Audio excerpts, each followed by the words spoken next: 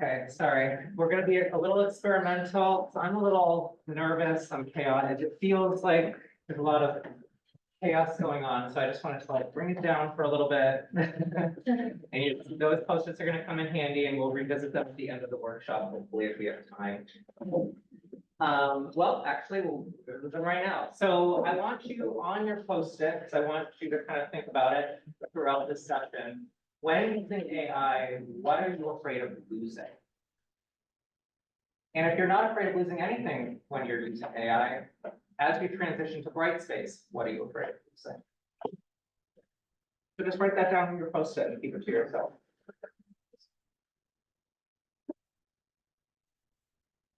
What if I'm not afraid then? Then you can leave it blank. It's your post-it. Fire and air. Sorry, it's office. There's not a ration.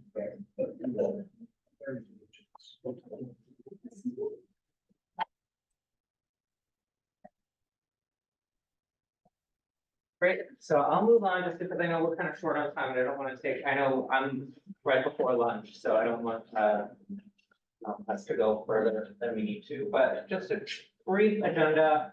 Hopefully we get through everything. I just wanted to talk about, before we get into the actual tools and features that you're probably all here for, I'm an instructional designer, so I always like context, right? Why are we using this? How do we plan on using it? Who's interacting with these tools and features? And how are we going to implement them? And then reflect on those implementations so we can iterate and improve the process in the future, right? So that's where we're going to start. Then we'll go into some of the best practice or the Brightspace general like kind of principles, and then we'll actually focus on the tools. Hopefully, I did videos of me using some of these tools. Hopefully they work. If they don't, I'll just describe the process to you, and then we'll open it up to a Q&A at the end, and we'll revisit those posts again. So a little bit about me. My name is John McDonough. As I said, I'm an instructional designer. I was born and raised in Maine, which is actually right where that little pinpoint is. I moved to Boston to go to undergrad, where I stayed for about 13 years before moving down to New York City, which is where I currently am here at Lehman. I've had a couple of different jobs at LIM, all as an instructional designer, and at John Jay most recently prior to coming to Lehman. Just a little bit about me. So how, again, this is the context that we're going to talk about before we actually get into the tools and features. So I used a couple of frameworks to think about why we might use and incorporate generative AI tools and features. One of them being Chickering and Gamison's 7 Principles of Good Undergraduate Teaching.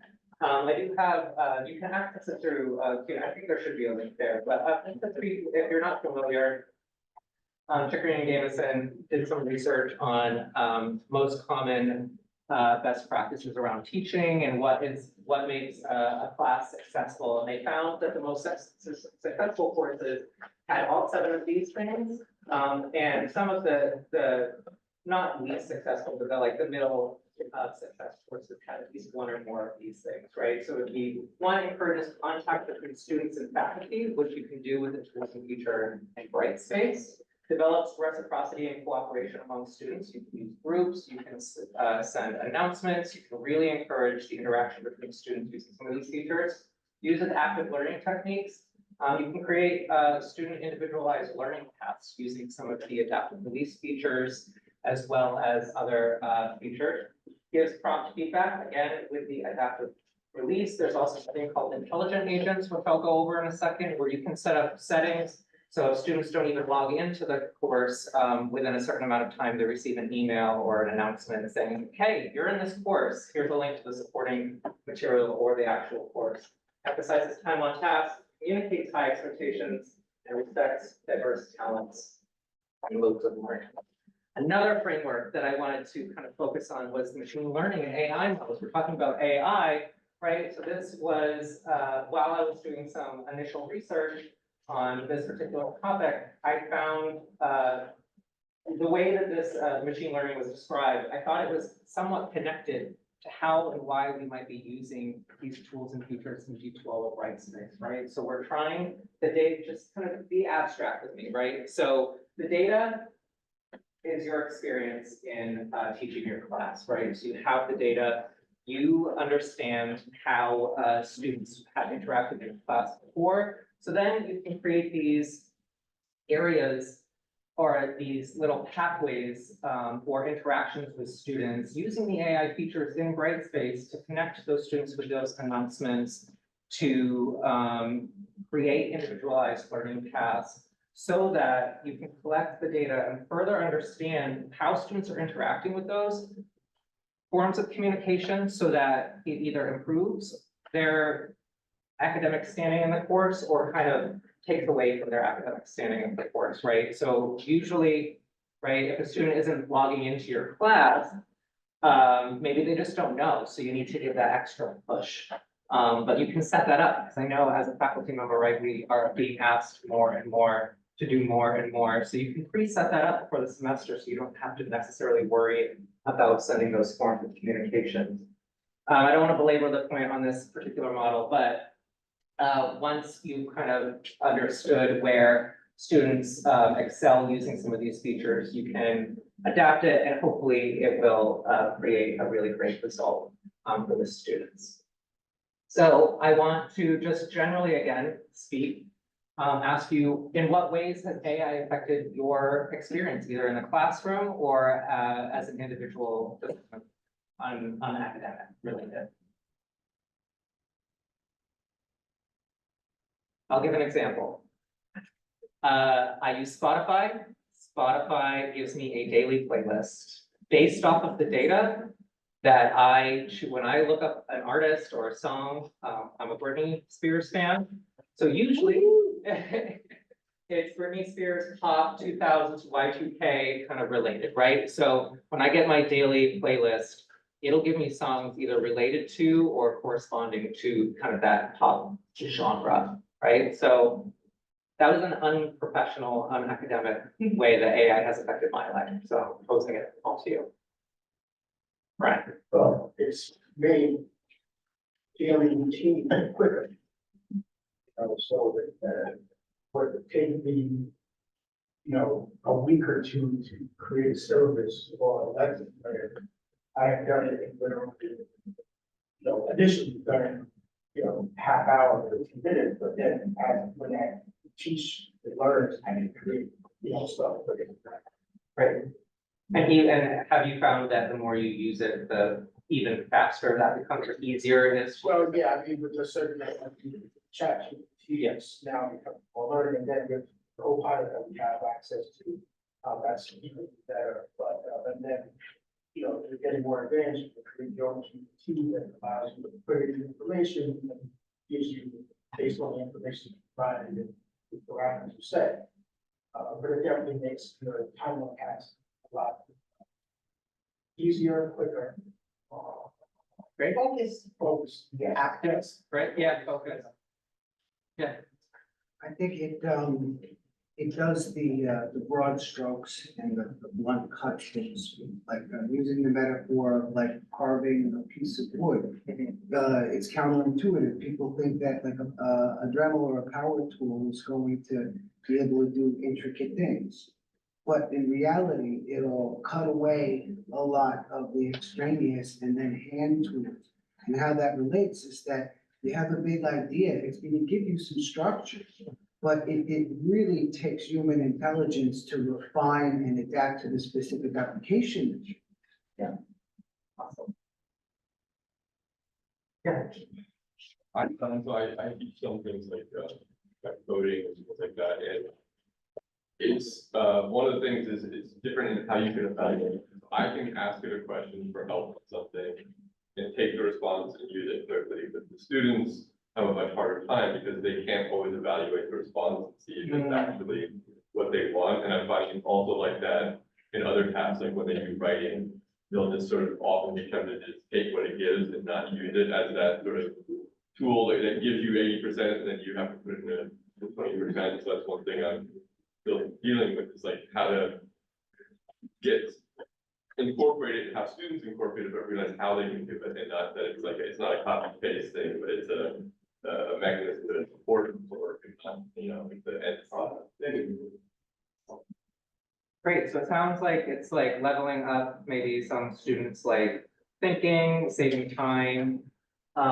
These are all really great ways that AI has affected our life or has changed the way we think about the world and how we are approaching specific topics.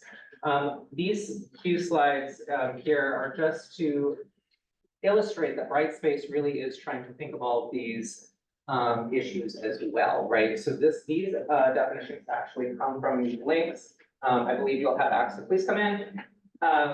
You'll have access to these presentations after today, but I just wanted to briefly go over the principles that AI has put forward when they are thinking about adding AI into their platform, or just general principles to think about before even you implement generative AI into the platform. So just to highlight again, they're very concerned about privacy, always be aware of bias and non-discrimination, security and robustness, being transparent about processes, how data is being used, how it's being distributed, and then making sure that there is some level of accountability when it is implemented. All that to say, right, and I know everyone's like really holding on to seeing some of these tools and features, but I just wanted to drive home one more time that humans are at the center of anything that we talk about when we talk about generative AI, how we are improving our lives, how we're improving what we can do with our time, what kind of knowledge we have access to, our critical thinking skills. It's just a tool that is leveling up or assisting in our ability to do things. So I did find that I actually did a webinar and they used this, so I was like, that's perfect. I'm going to steal that from the Department of Education. Putting the students and teachers at the center, having the AI principles around that, always looping back with the students in the greater context of the institution. So yeah, so I think that's enough of the context. But let's go right into the tools and features. So I only focused on 4, but really 3. So this first one, I don't have a video for, but I just wanted to highlight that Brightspace does have the ability to do automatic closed captioning, which is a form of generative AI or AI. And students can access the closed captions when activated up to about approximately 14 different languages. And the link there actually notes what languages are available. Intelligent agents. So I mentioned earlier that this is a feature where you can set up intelligent communication to go out once a specific setting is met by that student. So again, I think the most commonly used way that this particular feature is used in Brightspace is to tell students that a course is open if they haven't logged into the course, or if they need to, if they don't receive a certain letter grade on their assignment, you can send specific communication to those students to get additional support, and that can all be pre-set up. All the students have to do on your end, but all the students have to do is meet that criteria, and they'll receive that communication. And I do have a quick video from that. So this is our instance of Brightspace play. I do go kind of slow, and I know we are short on time, so I don't want to go too far into this. But if you haven't logged into Brightspace, this is what Brightspace generally would look like. That's the homepage. I'm now in my course. I'm going to try to set up my intelligent agent by going to the course admin page, and there's actually an intelligent agent thing there where you can pre-set up all these communications ahead of time at the start of the semester. You can also, at least right now, have it on. There's the More tab there at the top, and you can access the same there. These are the general features. So these are specific intelligent agents that I've pre-set up. As you can see too. This is the agent with all the messaging inside of there. The results when I last ran it the last run day and then the next run day. So if I have multiple times where I want this particular communication to be sent out to students, I know just by logging into the development agent area when that was done. I can also do it manually. So if you set it up for a specific date and time, you can also run it as a manual feature as well. So I'm just going through all of the features here. I don't want to go too far. It is pretty lengthy, but let's see here.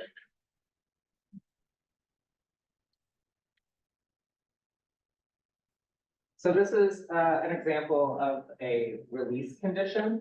So when these specific, so this is the condition type. So when a student logs into that submission folder, when they access that submission folder for an assignment, say you have a midterm or a paper that students need to submit something to, once they submit to that folder, they will see the release conditions that you're setting based off of the criteria here you created. You can then set all of the dates and everything that way as well, manually or otherwise.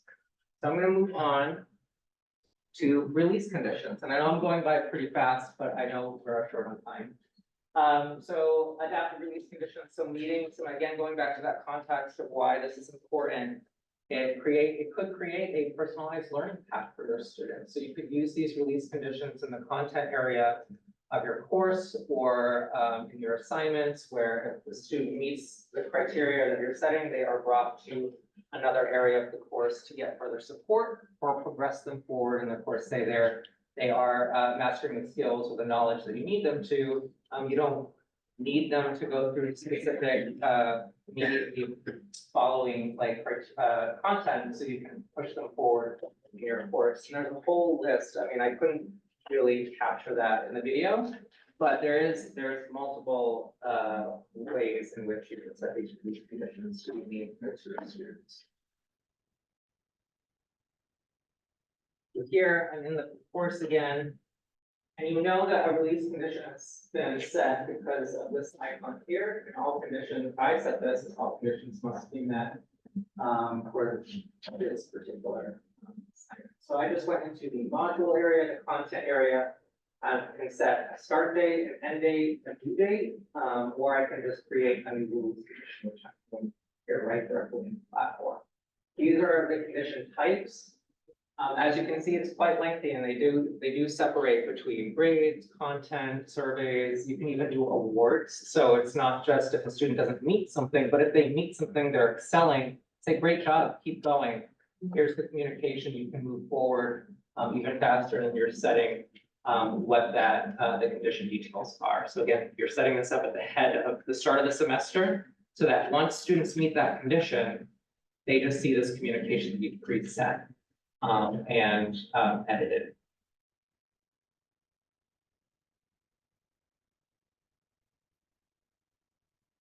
Finally, I wanted to talk about the virtual assistant. So the virtual assistant, I think, I don't want to assume if everyone is familiar with chatbots or not, but it is probably the most familiar to all of us as a chatbot that D2L Brightspace is available once you are logged into the platform. It's just a little discussion bubble at the bottom right corner where you can ask questions related to the functionality within Brightspace. So students have access to this, which would help if they don't know how to post to a discussion board, if they have a question about maybe submitting an assignment, how do I respond to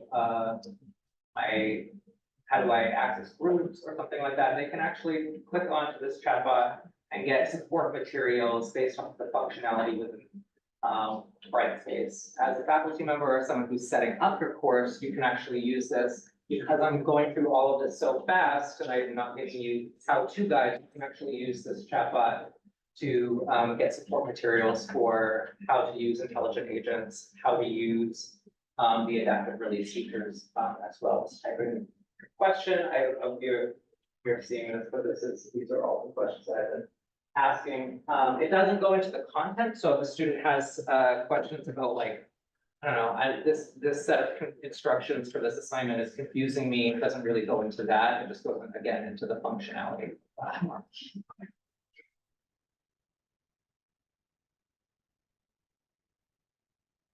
So, it's gonna throw it back to you.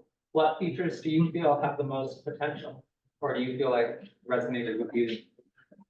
And if I didn't describe any, please feel free to share the ones that you know of. Yeah. So the chatbot feature, Mhm. when initially setting up your page for the semester, can you use it to help you in case you miss a step? A step in setting up the course, Right. like do you have a question about how you created the So in module? my mind, I'm constantly comparing it to Blackboard, Hmm, right, which is probably not the best thing, but it's on my mind is all it has to work with at this time. Yeah. So there are going to be things that are second nature because of how long Blackboard has been used. Yeah. And I'm just wondering to break out of that, could I type into the chat bot and could it help me say, okay, this is the next thing you need to do in order to place this module here? I don't think it'll necessarily have the comparison between the two platforms that you might be looking for, but it could assist you in a specific question. Like say, like thinking through, I used to do this in Blackboard, you would have to type in the question of, maybe not I used to do this in Blackboard, but like how do I add a module to Right. my content? So you could ask that, but you could ask the question and Helen, yeah, please. It won't go into your course content and say, okay, you missed this one little piece, you need to fill it in. That's how, well, I understood your question to be. It doesn't examine the content in your course. It searches the Brightspace help files to find the information on to tell you how to do something. Okay. And it is role-based searching. So if you're in Brightspace as an instructor, it's going to return for you instructor materials. I'm on the team at John Jay, we actually tested that part of it. We logged into it as an instructor account, as an admin, and as a student. And if you ask the same question, but even the contextual differences, how do I post to a discussion board? How do I create a discussion board? It still responds with the role appropriate kind of context. So if your students can't go in there and say, how do I grade a test? Right. It's not gonna give them instructor-based content. Thank you. Yeah, I have a question, in what features do you feel have the most potential? I have not been Brightspace yet, but I'm getting, familiar with it, but I see the most potential in the video or recording assignments. Yeah. Because so far I use the traditional written assignments, and I see a lot of stuff going on. So I think this is going to be very useful for me. But what I'd like to know is there a limitation on the length of the video they have to produce or in the audio they have to produce? And also I would like to know if Brightspace itself has a feature to kind of edit the videos and present to people more. I can certainly follow up with more communication about that, but in terms of length, and I know Helen, yeah. But in terms of length, I don't know if you're asking about the settings feature, but best practice would be probably around 5 to 7 minutes in length. So if you have something that's longer, we would say break up the lecture into smaller chunks and. I was referring to the student work. If the student, if I'm requesting. How long do they How record video? long? Maybe Oh. 2-hour video or Yeah. only 5 minutes? Got it. For No. instruction. We don't know if caps at 30 minutes, so I would assume that that's probably the same parameters that students can work under the. I think the attachments can also be up to 2 gig, right? Which is substantially larger than what we've had with Blackboard. So there's that potentiality too. I would like to caution that because everything is just starting right now, right? It's not full, but if people adopt a practice of making as long of a video as the maximum, right, we're going to run into some significant problems. And when it comes to editing, like, again, we have other tools, we have, licensed tools, and not just one, but in terms of simplicity, I would say Dropbox Capture is even more. That's a good idea. Because it, you know, it can screen capture, it can do all of that, it does simple editing, you can add text and arrows and so forth. And it stores it off-site, so it's not going to cap Brightspace out and cause a problem. Yes, yes, right. So I also like the chat feature. I was curious, do the questions have to be structured as questions? If a student were to just type in discussion board, would it sort of give them questions for posting and other things? Or? Yeah, I mean, well, it would, much like when you use ChatGPT, right, and you just say discussion board, I think it'll give you everything under the sun, or it might ask you to clarify a little bit, what about discussion board? Just to answer your question about what features I think has the most potential, I would say the intelligent agent really is interesting to me, just on the student support side, thinking about early alerts in particular, going through that process, is structured, but having this step, in a way that it exists in Brightspace almost preempts a more formal process. And might allow instructors to feel a little more empowered, right, to ensure that their students are engaging in the course, or engaging on Brightspace in particular. So I think that has the most potential. Just for the sake of time, I'm gonna move on. You have 2 minutes. 2 minutes, takeaways. Just constantly, whenever you are adopting AI, just make sure that you're reviewing AI policies, both if you're implementing a third-party tool, just familiarize yourself with the Brightspace AI principles. Create a plan, I think is for me, the most important. So with the intelligent agents in particular, and the adaptive release conditions, really thinking through where you want students to go in terms of content, and what information they see and or how the platform is communicating with them is really important. That involves a little bit of planning. I did, just to do a little self-promotion, have a QR code to our course planning document, which if you scroll all the way down on that website, you should be able to access it. And if for some reason the QR code isn't working, I'll send the link as well.